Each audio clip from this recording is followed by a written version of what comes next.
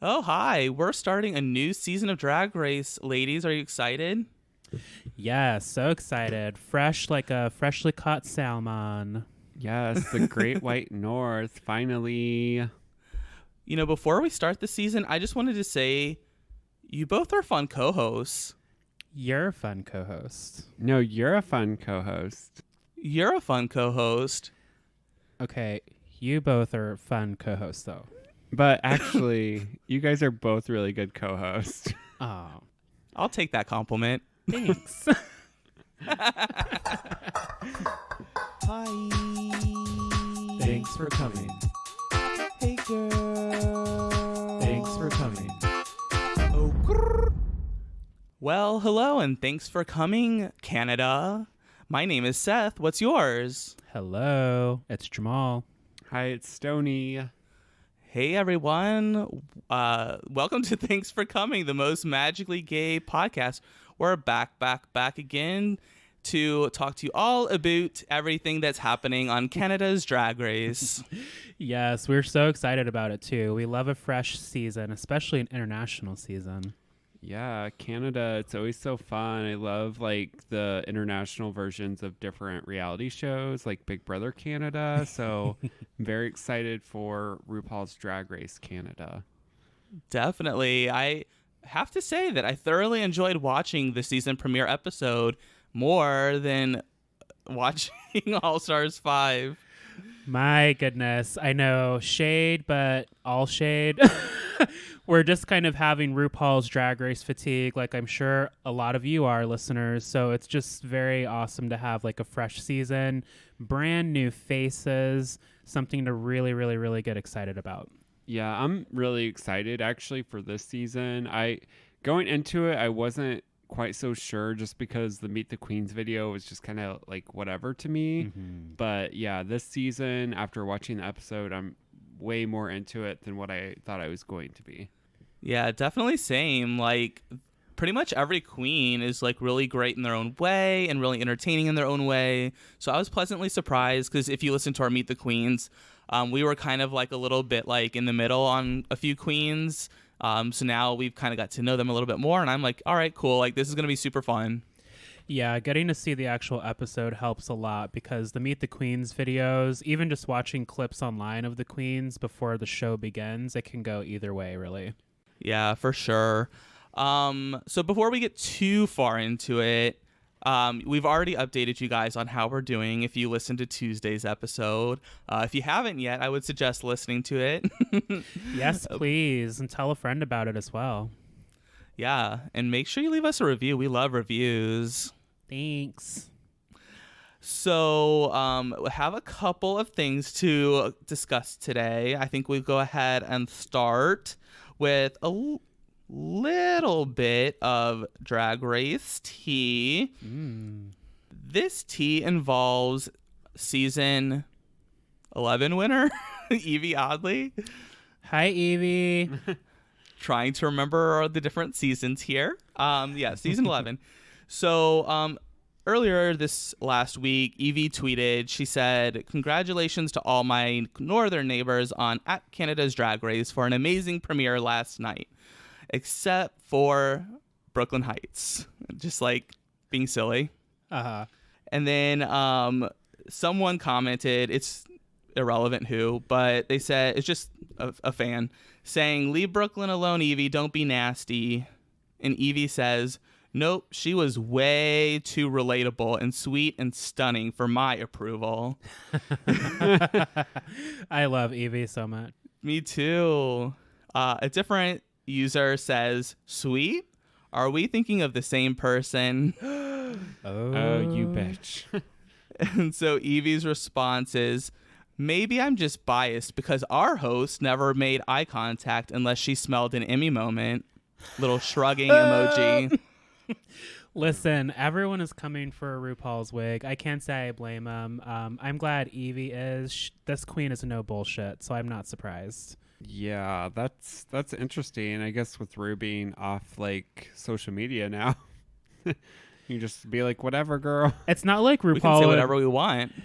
Yeah, I guess, but it's not like Say whatever you want. The girls have been, and it's not like RuPaul would respond anyway. I think it's maybe forcing the Drag Race kind of entity to take a second look at what they are doing, they being RuPaul. Right. I mean, yeah, I feel like there's something's going on. I don't know what it is yet, but RuPaul and Michelle Visage both like deactivated their accounts. Wait, Michelle did too? Girl T. Yeah. Yes. Really? I didn't know that part. I guess I missed that. That happened today, I think. Yeah, Seth gave me that fresh tea because I went and checked. Her Instagram's still active. Twitter, don't know her. She's not there anymore. What the heck? I wonder what's happening. I mean, I studied PR in school. I mean, this is exactly why you have publicists. It's their right. It's their social media. It's just social media. But also, social media is like the thing right now, communication-wise and connecting to your viewership.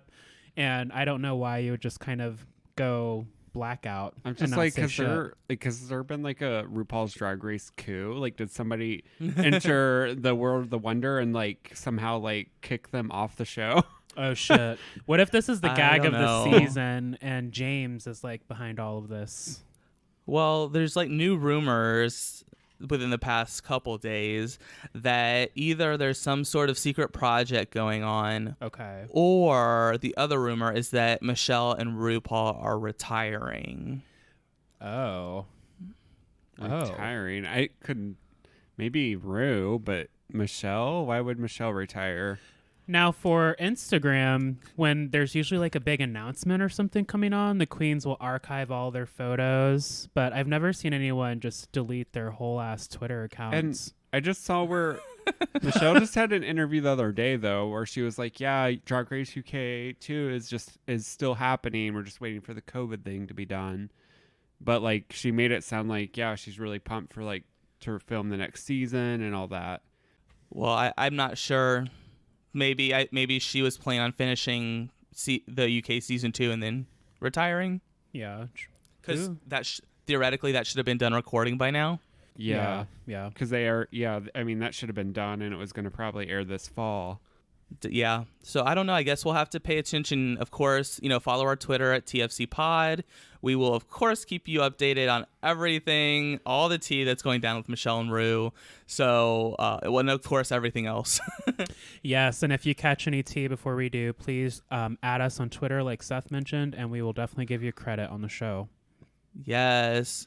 I've been chatting with one of our listener/friends, Holly, and she's been like, me and her have been going like, PI. I love Holly for this. She gets the scoop for TFC. Yeah, for sure. Okay, so then I guess there's just one other thing that I wanted to address. Pride Month just ended, and I saw a few different memes during Pride Month that infuriated me personally. Uh-oh, let us have it. So I saw a lot of memes, and they were saying, and they're posted by these white gays, cis, fully ripped with abs, and it's a lot of like, oh, like this Pride Month, let's make sure everyone's included in the community, not just the gays with the abs. And I'm like, y'all do realize y'all are posting this about yourselves, right? And see, this is just very tricky because listeners, like I've talked about in the past, at least from my perspective, you kind of have to put those filters on in a case-by-case kind of basis style, because I fully agree with Seth. I'm like, okay, don't come at me, Mr. Six-Pack, with the preaching moments, and I don't see you with anybody else before this or outside of Pride or Black Lives Matter, and now we're saying all these things. Is it the performative allyship? I don't know. It's like when I look at all the white people on my feed posting about Black Lives Matter, I don't want to completely discount that, but best believe I'm paying attention to see if you're just posting, seeing if you're just retweeting, or if you're actually, doing your best to donate, communicate, and educate your circle. Yeah, definitely. I'm like, girl, like if you're going to post this, then now Pride Month's over, we want to see some action. I need to see someone with a six-pack on my front door ready to show that they are, really trying to include the whole community. I feel it, sis. Like, it's so easy, especially in the queer community, to become so cliquey, and you stick with what you know, sure, but are you pushing your boundaries? Are you getting out there and meeting new people? Are you learning about other queer people's experiences? So we need to see that work in the field. Exactly, because usually the people that are like the ones actually like trying to include everybody in the community are the people that are not the cis white gays with abs. Yeah, I'm not going to shoot you down because you're genetically blessed or whatever, but we just want to see that there's a soul in there and that you're not doing this for likes and retweets because ew. Yeah. So we'll be watching you guys. So make sure you're walking the walk if you're going to post things like that. You've been officially put on notice. Yeah. Yes. And anyone with abs can find me in Portland. All right. So let's go ahead and move on to the actual show, Canada's Drag Race. Let's get into it. Honesty. Hey, everyone. Welcome back to Thanks for Coming. We're going to discuss in our Honesty Spill of the Week, of course, the very first episode of Canada's Drag Race. Welcome, welcome to the North. Yeah. Hello. So let's go ahead and just kind of start with the entrances, of course. The most iconic part, you hope, in every season. Who stood out for you guys? Okay, so Tynomi Banks was not playing with y'all. She walked in there. She delivered a flawless little message, and I believed it. I was like, okay, I see a crown in this bitch's future. Y'all better watch out. You're going to have to work hard to get this one because, okay, it was a simple bodysuit, but she was serving face. The bodysuit was on purpose. She's showing off her curves. And that strut, I mean, geez, confidants, okay? Yeah, I really liked her a lot. So there were so many good ones, I feel like, in this. That's hard. So my brain is just is in overload right now. Yeah. But one, I really liked Boa because that was just hilarious because it was like a take on the South Park episode with the UFO and the cow and everything. And I was just like, what in the fuck? I'm trying not to cackle in the mic. I remember that South Park episode. Yeah, and then I also really like Scarlett Bobo's look a lot.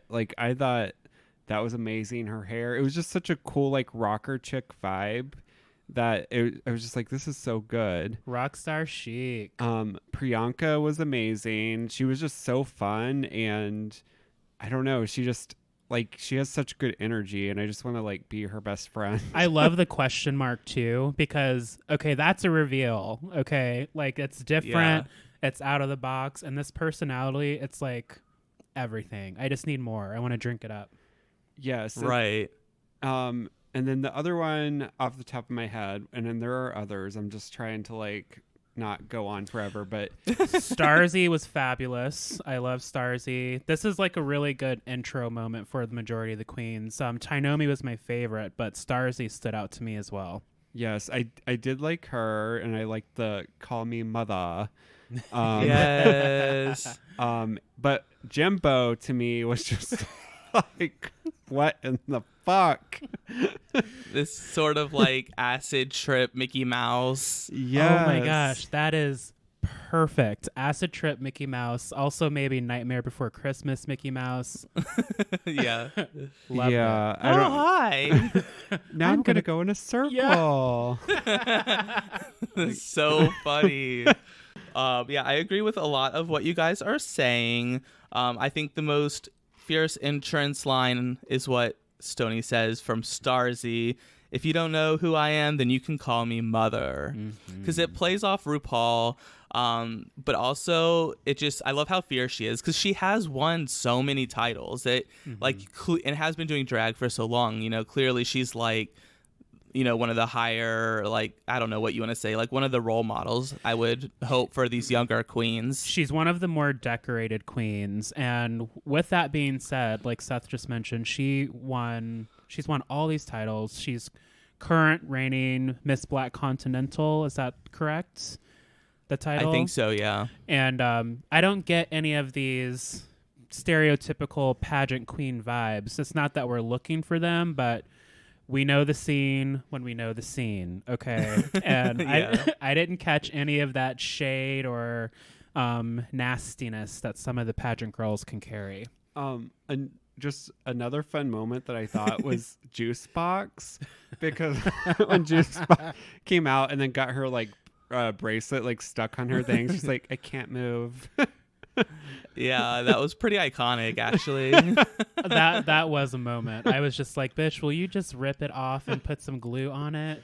I have to say, though, my favorite entrance look, was from Lemon.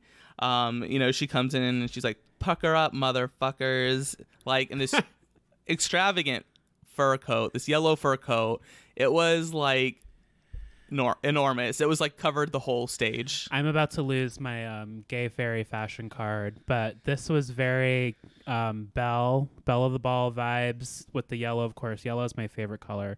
But if you remember Rihanna's look at the Met Gala, I forget what year. I am so sorry. I forget the designer. I'll post it on our Instagram. But Rihanna came in with this crazy, way too long, but it's Rihanna, so it's okay. Yellow train. Oh my gosh. So I thought of that immediately when I saw Lemon and pucker up, motherfuckers. I'm in. I love that. Yeah, I loved Lemon. There were a lot of great entrances. Some were, just like kind of okay. But yeah, so moving on, let's go ahead and meet our judges for Canada's Drag Race.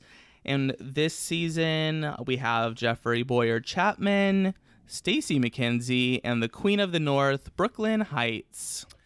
What a good lineup. I'm actually pretty familiar with Stacey McKenzie. Great model, iconic images.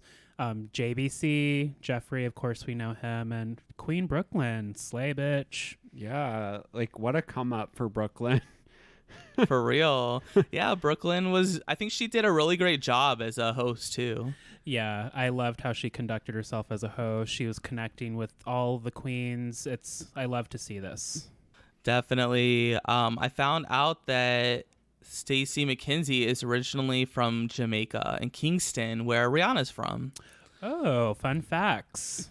Yeah, I did a little research on her because I wasn't as familiar with her because I don't watch Canada's Next Top Model. Well, see, I actually saw her on America's Next Top Model because Tyra brought her in as like, a guest judge, and one of the challengers for the girls got to work with her. So I had no idea she was from the same place. Oh. Correction, Rihanna is actually from Barbados. There we go, threatening our gay cards again. Yes, fun facts here at TFC, girl. Yes, education. Yes, so all these judges are super fun, very charismatic, so I'm really excited with who they have for us. So let's go ahead and get into our mini challenge. For this week's mini challenge, the girls have to climb to the top of the Rocky Mountains and pose with a checkered flag on the top. Oh, and by the way, there's a powerful fan to make it more interesting. Yes. This is a Beyonce fan if I've ever seen one. Yeah, girl. It's like very reminiscent of, I think it was season 2, the first episode on season 2 where they're posing with the Confederate soldiers. Yes, you're correct. Yikes. But like, whose look stood out to you, or maybe whose performance stood out to you? Well, if I have besides the obvious. Well, I mean, I have to state the obvious. The best one was fucking Jimbo. Yes. Like, what in the fuck? It was hilarious, though.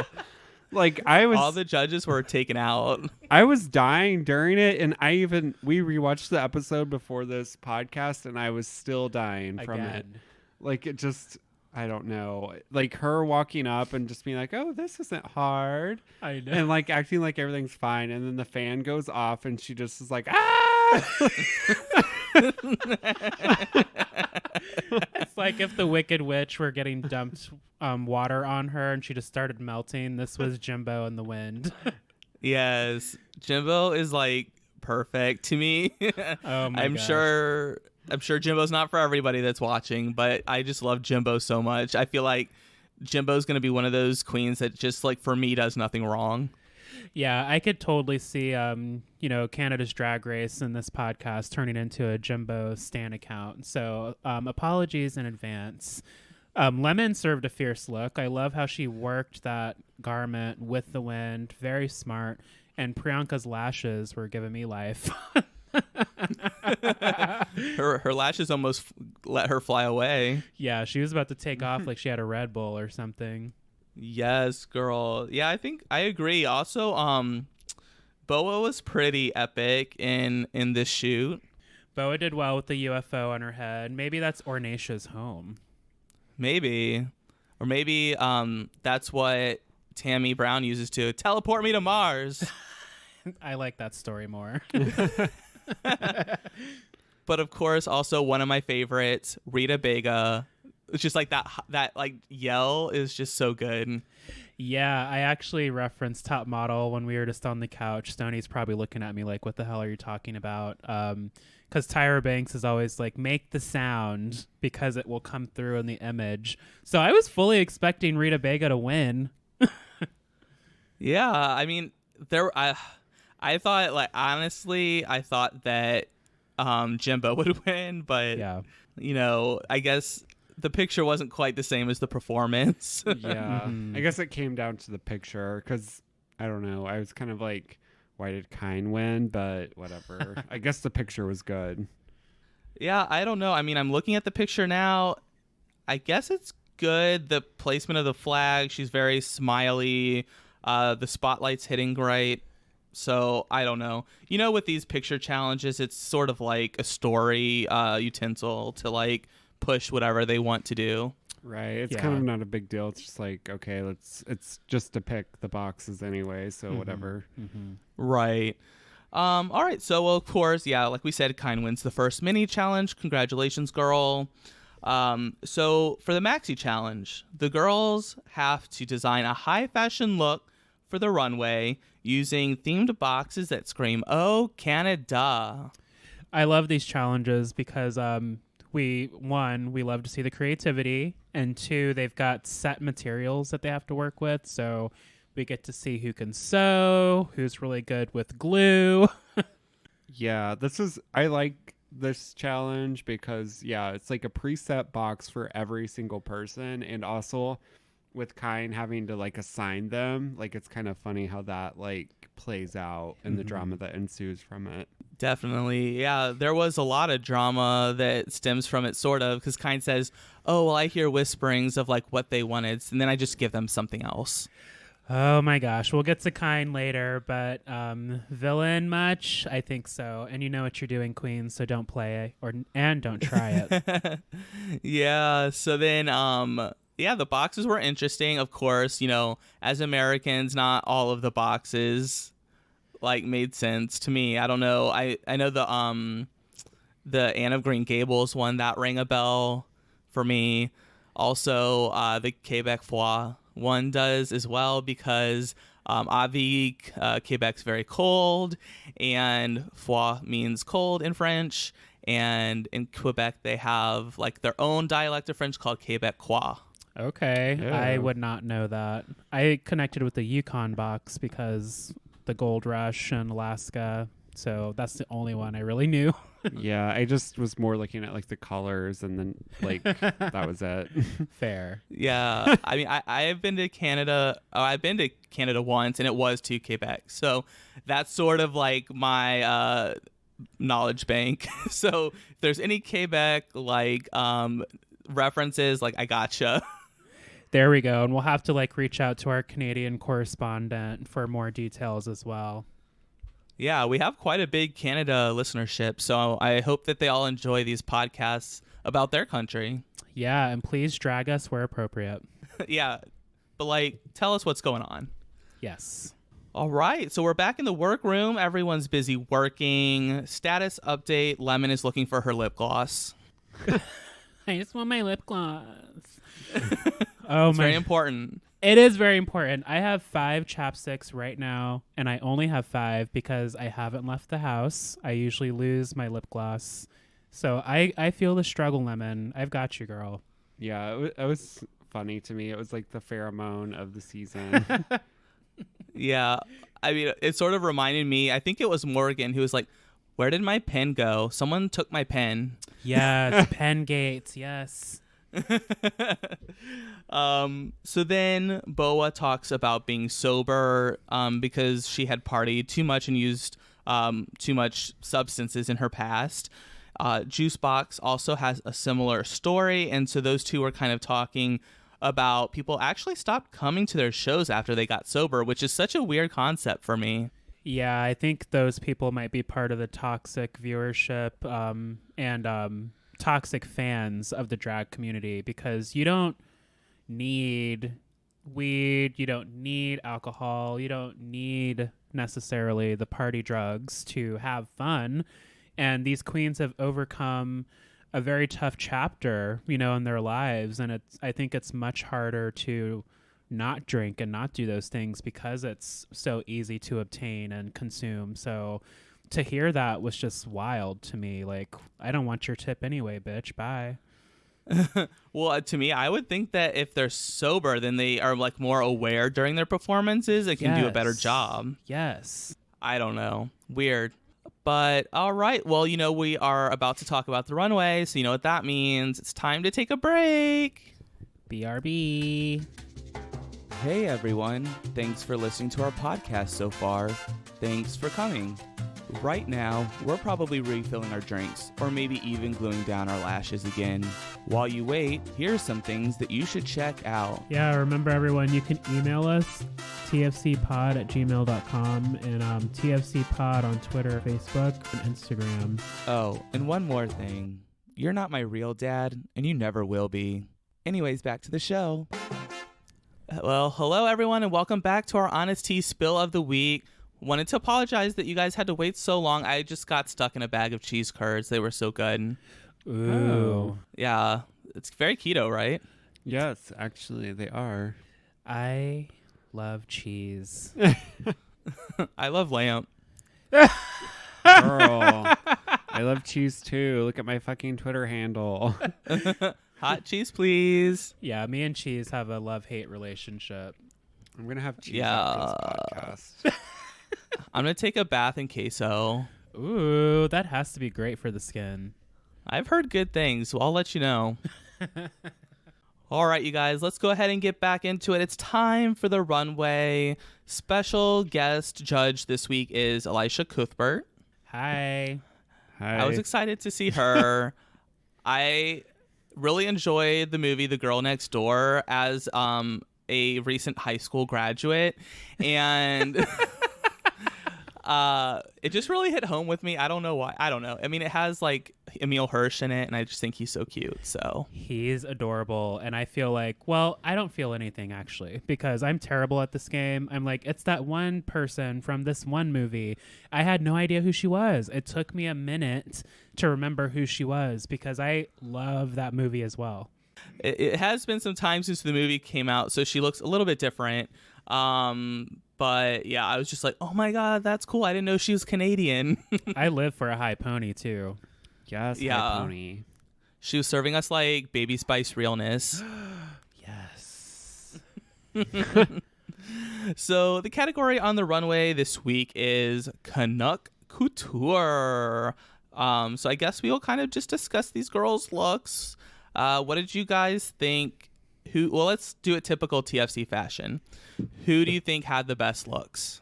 Well, for me, and so it was weird. The people that were in the top were the people that I didn't really think were the best looks, which is Ooh, like T. yeah, like I actually thought like Kiara's look was really good. I liked so Kiara's I liked because it kind of I just like the scarecrow look. It reminded me of something like Naomi Smalls would do. My fave. And also, Kiara looks like Evie Oddly to me, especially the way she had her hair.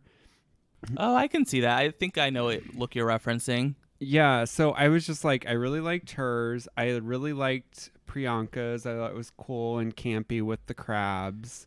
I really like Starzy's look. Starzy, yes. I live for a poofy, like, Puff Daddy. That was the pre-Diddy days, so fuck y'all. Puff Daddy and Mace bubble coat kind of moment. I just love that whole vibe. Live for a sickening red, and she served it, of course. Kiara was one of my favorites as well because of Queen Naomi. I think if you put both of them together, Naomi and Kiara, they just look like some scarecrow diva duo that I would spend all of my money to go see. So I was just buying it. And who else? I got the fashion of Rita Vega's. I wasn't like super crazy about it. I liked the coat more than I did the entire look itself.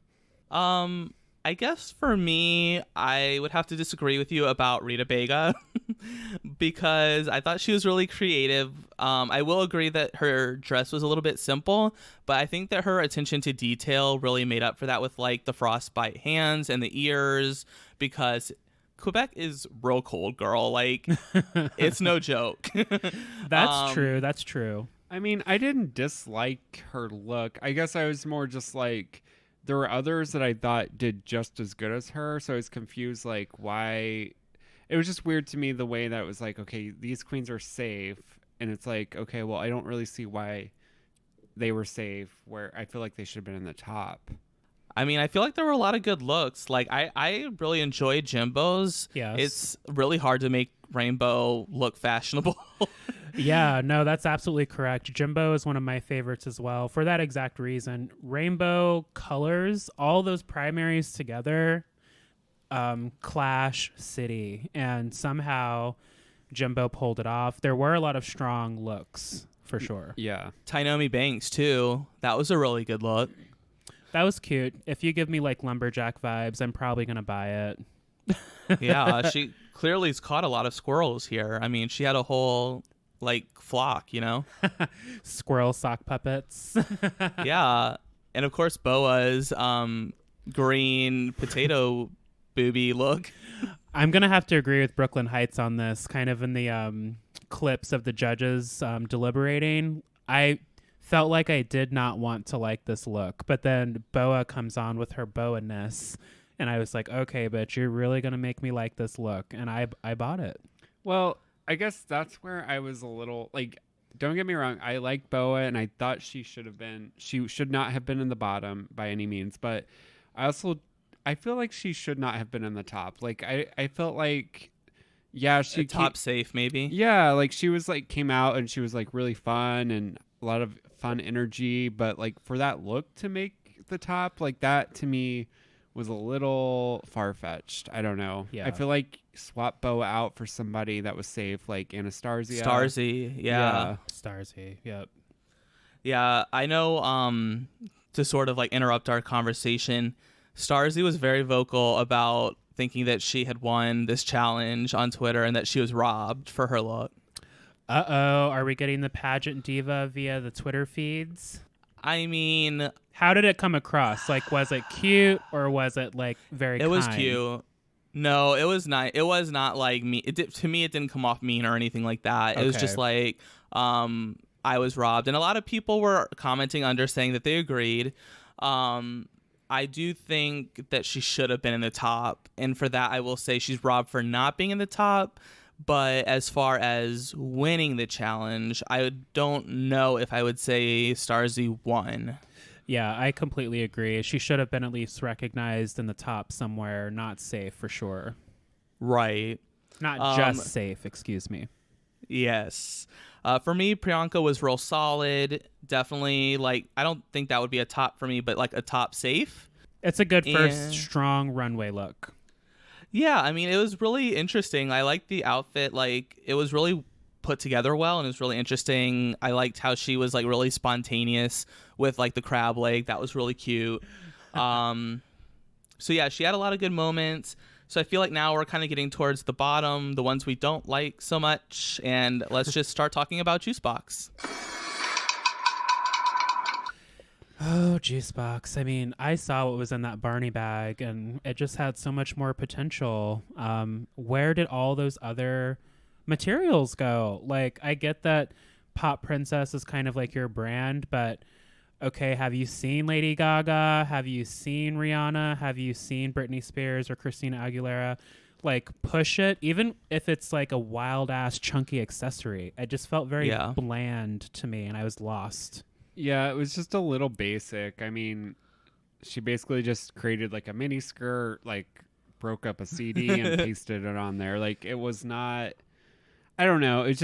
It wasn't like anything special. And yeah. Loved her makeup, not the look. Yeah, I mean, there were a lot of options for her. I saw all those videotapes in there, and it was very much throwing me back to Drag Race UK, where the Vivienne made a whole outfit out of like the tape that would be inside the video. Talk about it. Yes. So there was like definitely that was a missed opportunity. I mean, her idea was good. I think that she should have just made more of a design with the broken pieces and made a more finished garment. Yeah, maybe a slightly longer skirt. More finished is the phrase. It was not finished at all. Definitely not. Another one sort of towards the bottom would be Lemon in her sort of kawaii hockey player look. Yeah, I think the top was safe, but then the bottom, it all just kind of fell apart. Lemon, sorry, girl. Yeah, it wasn't very like cohesive. It was kind of all over the place.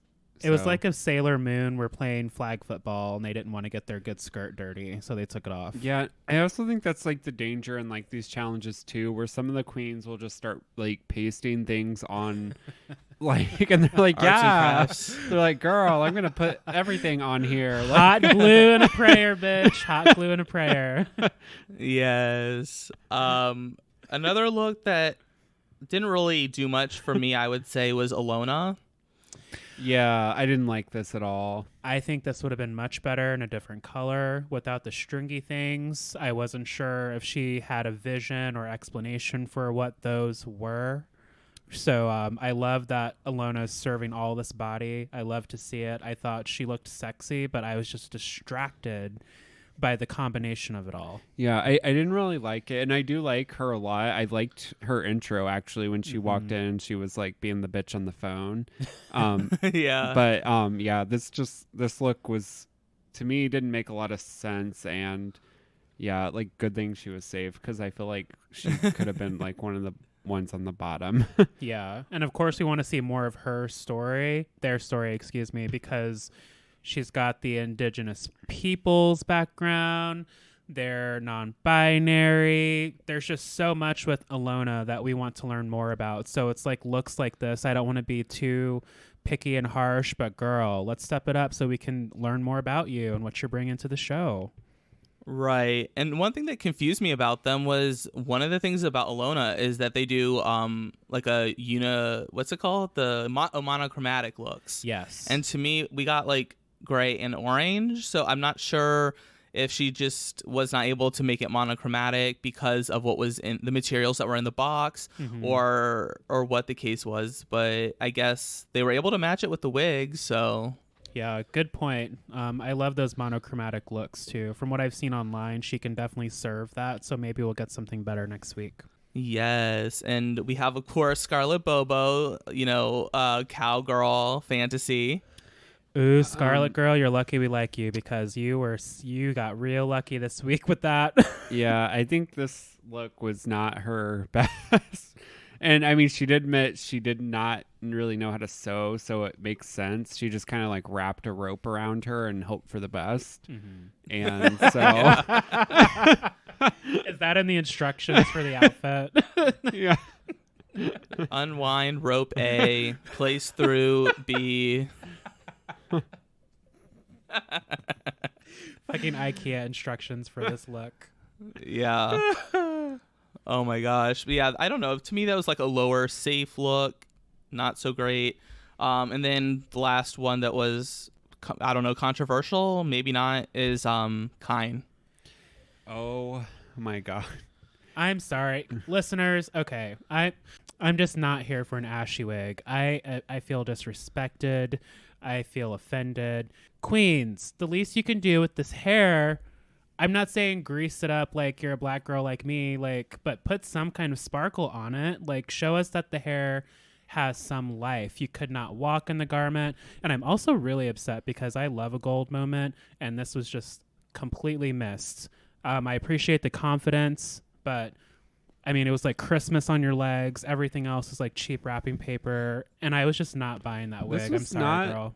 Yeah, this was not a good look, kind. Like, you basically, I don't know, came out in like a gold jumpsuit with like a bunch of like Christmas ornaments on your legs that kept falling off and rolling all over the fucking runway. Like, to me, to think that you would actually, like, you actually had a good look when your look fell apart during the runway means you did not do a good job. Like, that's, I mean, that's it, girl. Like, you can't sit there and say you did this amazing job because your fucking outfit fell apart, girl. Like, no. Those Drag Race prayers were not strong enough because the hot glue was not holding, sis. Yeah, fell apart before, during, after the runway. That was that washable Elmer shit she must have used or something. Maybe a putty. I don't know. Also, too, the top part fit not well. Like, when it was just kind standing there, it looked fine. But when in movement, the outfit, like, did not sit right. Like, it was very strange, like, around the shoulders. Mm-hmm. Yeah, when she walked, it did not look like it. Like, even the bell bottoms, it looked awkward as fuck. It did not work at all. It's because she knew she was not prepared for that runway. Confidence, like, aside, like, your garment was falling apart. You had to walk like you were literally like you had a metal rod, I don't know, maybe even a telephone pole connected to the whole back half of your body because it was so stiff, because you knew if you were to give us your strut like you probably wanted to, by the time you went backstage, all of those ornaments would have been on the stage. So, like, these are the things we need to think about, YouTube. Yes, definitely. So that's the runway. We had lots of thoughts, clearly. So kind of jumping off from where we ended the runway, their girls they're all getting their critiques, and Kyne is being a little bit lippy and talking back to all of the judges, and also side-eyeing the queens when they were getting their good critiques. Yeah, I mean, listeners, say what you want. This could be editing, but you know how I feel about that. You still said what you said. You're still doing what you're doing, and that's just not being a good sport. Like, you want to show good sportsmanship with your sisters on Drag Race. Like, let them have their moment. You'll get yours if you're lucky enough to stick around, and just learn. Like, you're not on Canada's Drag Race to fight with the judges. Like, they are the judges. They are there to serve you critiques. Eat it up or choke on it. It's up to you. Yeah, definitely. I mean, I know a lot of people online were saying, oh, well, people are being so hard on Kyne and because they're racist. No. And I've been seeing a lot of that. And to me, I don't want to discredit, because I'm sure there is some of that. But for us, the reasons that we do not like Kyne are not for her race. Yeah, and let me read Kyne's tweet, because I definitely feel like it's a cop-out. Yes, I said it. One day we're going to talk about white queens get praised for being chaotic, overconfident, and messy, and making great TV. But it's different, in quotes, great TV. But it's a different tune for queens of color. Now, I don't think this is a race thing at all. I think that Kyne was putting that out there because of the feedback that the toxic fandom was giving us. I don't think this is about your race at all. This is about you just being messy, not taking critiques. And you're absolutely right. Some of the white queens, if not all of them, do get away with more shit. And people of color, queens of color especially, are under more of a microscope. But looking at this as a viewer who knows nothing about Drag Race or the history, if I'm a brand new viewer, you just look like you were being a brat. And that's just how it came off. So you need to own that, sis. I think an example of someone that is getting the opposite end would have been someone like Evie, who is a person of color and very chaotic and confident, and she won the show. Yes. So, I mean, I'm not saying like just because there's the one example that's like, oh, everything's great for the POC queens. Like, I'm just saying it's not like all the queens. And I feel like it's not, I don't know if it's the right way to say it, but like relying on this sort of like statement as sort of like a cop out to not presenting yourself well. I mean, we can have that conversation about, the white queens versus, the queens of color, but that still doesn't change what you brought out on the runway. Because we can talk about that too, about how your outfit just fell apart. Like, that's basically what it is. So, like, It was falling apart. Like, do we just say, oh, well, you're a queen of color, so it doesn't matter now? Like, those are like two separate issues. This is an example of what I talk about on my personal platform. If you follow me on social media, I do everything in my power to make sure that I get the gains in life that I get because of my own merits, based on my own merits. I can also acknowledge my bad days and learn from that. It's completely human to want to go into defense mode, but just remember where you are. It's the first episode. Use what the judges are telling you, play up to it, and you might find yourself in the finale. I don't think this is a time to play the race card. Definitely not. Because also, too, one of the things that for me made me not enjoy Kyne as much is her overconfidence, is that I think she's a newer queen. I feel like I remember from her Meet the Queens that she said she'd been doing drag for about 2 years. Mm-hmm. So very new. And she's like, oh, yeah, I won the mini challenge. I'm going to win everything. Like, I'm the best. I'm sickening. And it's great to have confidence. But you have queens like Tainomi Banks. You have queens like Rita Bega. You have queens like Starzy. Mm-hmm. These people have been doing like drag for like half of your life, queen. That's right. That's right. And they can put together a look. So if you want to beat them, your shit can't be falling apart. Right. And it's also good to like respect the queens that paved the way for you to be able to pull off your gold bell bottoms that fall apart. Mm-hmm. So I don't know. So for me, that was the big thing for me, is like her not showing respect to the queens that have been doing this longer. Mm-hmm. If you're going to do that, you have to be really sickening, and your outfit cannot fall apart. Yes, and let me also say, if you're a new listener, you can go and scan our entire catalog. I think this is going to be episode 150 or 151. We always look at these queens, their looks, the situations in a neutral way. We break down both sides. We've talked about race before Black Lives Matter and the true meaning of pride popped off in summer 2020. So we're looking at this through a lens like the judges would be looking at it. So we're not here to just bring anybody down. If you're serving me bullshit, I'm going to call it out. For sure. So I think we've given enough energy to Kyne and we've gotten our message across. So let's go ahead and keep moving. The next thing that happened on the runway was Juicebox had an anxiety attack. And in this moment, I just felt for her. I've only had about 2 of these in my life. They are not fun, not at all. I couldn't imagine experiencing this in front of the judges on the show. Yeah, that was terrible to watch. Like, I felt so bad for her. Like, I don't know. It just sucks because it was clearly like she saw it coming and there's just like nothing you can do about it. And you're like, fuck. Yeah, for sure. I mean, I think this really helped me connect with Juicebox because, I mean, I've talked about before. Anxiety is something I definitely struggle with more and less at times. Lately, it's been kind of an issue, so I really felt with her. I felt like a lot of her reactions are a lot of the ways that I react to. Like when she was saying like, oh, I'm so sorry about this. This is so embarrassing, blah, blah, blah. That's always like my fear, you know, it's like, oh my gosh, like I can't believe like I'm like doing this or whatever. And I'm always like afraid of how people see me for having an anxiety attack. Yeah, there's definitely an awareness around it. If you know someone personally or you struggle with anxiety and panic attacks, you don't really know unless you've kind of been in the situation one way or the other. So if you're listening to this Juicebox, we feel for you, girl. Yeah, big time. And I know, of course, you don't want to be the first one to leave either. We'll get there. But I just, yeah, we can get there when the end of the episode comes. But yeah, I just really felt for Juicebox. She shouldn't feel stupid at all. I really was happy with how everyone around her handled the situation. Mm-hmm. Boa was being very supportive. The queens around her. Production came and like brought her water and a robe and things like that. It was just really great to see them taking care of her, because that is like something that makes me feel better.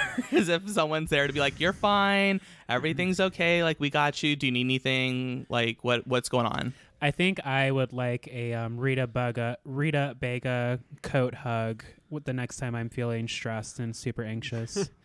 100%. Yeah, that was just so sweet of the queen standing by her, and you see the character of them as well. Even the judges, I felt like handled it really well, and they were like, no, it's fine, like don't be embarrassed. I thought that was just like really nice, because who knows what US Drag Race would have done. Yeah, Ru's like, I'd say okay, tweet. but I have to film. Yeah, I'd say tweet them, but But they're not on socials anymore. oh, mercy. All right, so back in Untucked, Kind is being even more bratty and fighting with Boa. They're sort of getting into it. She's like, oh my god, even Boa was in the top. Blah, blah, blah, blah. And that's another reason why I think Kind was being bratty, because you can be confident, but once you start throwing other queens under the bus, like, no, girl. Yeah, you don't have to do all of that. That's when it goes to messy real fast. Like, you can talk about yourself and maybe how you are frustrated with your critiques. Don't bring someone else down because the judges like them a little more this week. Like, that's not what Drag Race is about. This is exactly why the toxic fans react the way they do, because they probably act exactly like this in every moment of their life, you know? Yeah, in this moment, I wanted somebody like Evie to be there to just be like, shut up, bitch. Like, stop talking. Well, you sort of did get that moment, because Starzy sort of like invokes her past experience as drag and says, listen, it doesn't mean anything without personality, Kind. Yes. Like, she was just like, in that mom voice that you're like, oh shit, you fucked up. Yeah, mother has spoken and you had better listen. For real. So I was like, you tell him, Starzy, girl, get her into shape here. I mean, I'm sure Starzy's seen so much of this, being in the pageant circuit and being as experienced and active in the scene that she is. So she's not buying it either. Definitely not. So, very entertaining group of girls this season. So I feel like maybe this probably is not the last we'll hear of it. Definitely not. I feel like we're going to get some more of this. We might get a pretend, oh, I understand, I'm so sorry moment, and then they're going to have another bad week, and hopefully it doesn't play out the same. Well, I mean, in the preview for next episode, I mean, they say Kind like is forgiving Brooklyn for trying to put her in her place. I don't see a very bright light at the end of the Canada's Drag Race tunnel for this one. Yeah, and keep in mind, I believe on the, like, when we were doing the draft, we didn't think Kind would do very well, and so far that's proving true. She's just pissed because she doesn't have her ring lights that float and follow her around to give her the perfect angles that people can see that her garments are falling apart. I don't know. Just step it up, Queen. Yeah. Yeah. So Rita Bega, she won the Maxi Challenge. So congratulations to her. Snaps to Rita. And that means the bottom two this week are Lemon and Juicebox. Lemon. I hate to see it, but that outfit could have been a little better. Her wig line was not great, I will have to say. Her lace was flapping in the wind. No! I did clock that. But so they do a nice lip sync to Carly Rae Jepsen. I did not know that she was Canadian, but now I do. Mm-hmm. I did know that. Oh. Look, I only knew that shit because Justin Bieber found her, and he's Canadian as well. Yeah, well, Justin Bieber found Madison Beers, and she's not Canadian. Ooh. Oh, Wow. God. Wow. That beer lady. Madison and Coors Light. I don't know. So, yeah. Carly Rae Jepsen. That song was a bop. It was really great. I felt like it really, suited Juicebox really well. Yes. However, I think that and a lot of people also, another controversy, people were saying that Juicebox ate up that lip sync and that Lemon should have gone home. See, I don't know. I feel like Lemon did a better job. I was definitely buying into Juicebox's sexy. Like, I was feeling it. She was definitely serving that energy. But I think that Lemon stepped it up just a bit more. Things like working the stage, shablams. Not that that's always necessary, but when they work, they work. And Lemon knew what she was doing. I mean, she went to Alvin Ailey dance school. Iconic school, legendary school. If you don't know, do a Google. The bitch Center can dance. stage. Yeah, very center stage. Very much. I mean, also too, like her outfit definitely helped because it pulled focus for being like bright, whereas Juicebox's look was more demure. I don't think Juicebox did a bad job. Do not get me wrong. I think that Lemon just pulled it out a pinch more. Yeah, I agree. Yeah, Juicebox was great though. Like, I don't know. I just really fell in love with Juicebox Same. over the episode. Like, I'm like starting the campaign for Juicebox on season 2. Like, we need to have her come back. Yeah, I mean, I was rooting for Kind to go home. Like, I was like, that's lame. I thought Kind should have been on the bottom too, instead of like Lemon. But yeah. Kind's good TV though, so I get why they kept her around, but I don't know. We'll see what happens next week. I loved Brooklyn's like moment with Kind though. She's like, "Listen, bitch, you need to learn from this." Yeah, she was like, there's a fine line between confidence and arrogance. And I think that is something that the queens on Twitter need to pay attention to, because no one's saying, oh, like, it's because she's a queen of color. I think she's not on the right side of confidence. I think she's more on the arrogant side of it. And that's the same reason y'all don't like Milk. Mm-hmm. And I mean, let's just be real yes, about queen, it. talk about it. That's exactly right. Yes. So, girl. All right. I know, but I'm excited to see all the Canadian songs. Like, how far into it till we get to hear Alanis Morissette? Oh my God. Oh my goodness. That's true. I'm ready. I'm ready. I cannot wait for that. I have my my little pill box of Jagged Little Pills ready. All right, you guys. So to wrap up, Lemon is safe, which means Juicebox is eliminated. Yes, and Juicebox had the best ending or leaving moment ever. Yeah, you like that? It was fun. I hate that word. Yes. Yeah, Juicebox is a fierce queen. It's going to be such a bummer not to have them on the show anymore, but I am happy that Lemon stayed, partially because she's on my fantasy league team.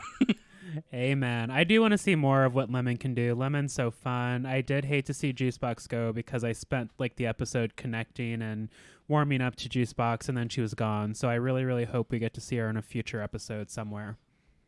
100%.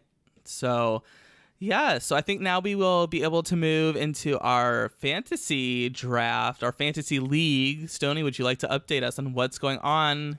Yes. So, Seth, all of your team members won everything. So, Yes. The best fantasy team ever. So you're in the lead with 30 points. Woohoo. Jamal is in second with 10 points. Oh my God. And I'm in last place with 0 points. Oh shit. Who lost their teammate this week? Oh, that is a good question. Yeah, who? did? I forget I'm who's still on my team. Trying to remember who's on whose team. I think it's one of you two. Oh shit! It was me. Juicebox. No. This is like All Stars 5 all over again. Isn't that crazy? I forgot who was on my team. Do you want to maybe just say again to remind everyone listening, since it's the first episode? Yeah. Oh my God. So on my team, I get really excited because on my team I have Jimbo. I was like, oh my god. So I have Jimbo, Juicebox, Kiara, and Scarlet Bobo. Jamal has Anastasia, Ilona, Kine, and Priyanka. It's a pretty strong team. Yeah. And then Seth has Boa, Lemon, Rita Baga, and Tainomi Banks. Okay. I feel like we all have at least like a couple strong players on our team. Yeah, this race could go any direction. Yeah, but I like where we're at though right now. Mm-hmm. Yeah, it's definitely a good group. I really like this season. I think it's going to be fun. There's a lot of interesting personalities, a lot of different types of style, like different styles of drag. So it should be pretty good.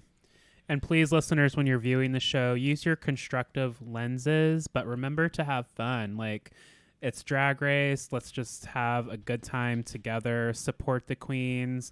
They were all local queens at one point. So if you're attending any virtual shows, continue to support your local queens, and that'll get you more excited about Drag Race and this podcast. Let's just have fun. Don't get too nasty with it. We don't like that. It gives you wrinkles. Right. Especially don't be nice to Kine. I know so far she's the one that everyone's targeting. We had words for her, but we're like coming from a constructive criticism way.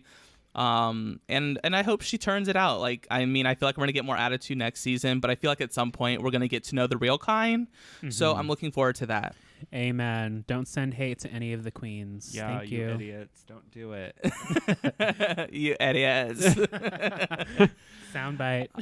Yes. So there's no Untucked to talk about this week either, or actually for the whole entire Canada's Drag Race season. So that'll make episodes a little bit more smooth for us. Yeah, remember like Drag Race UK, y'all.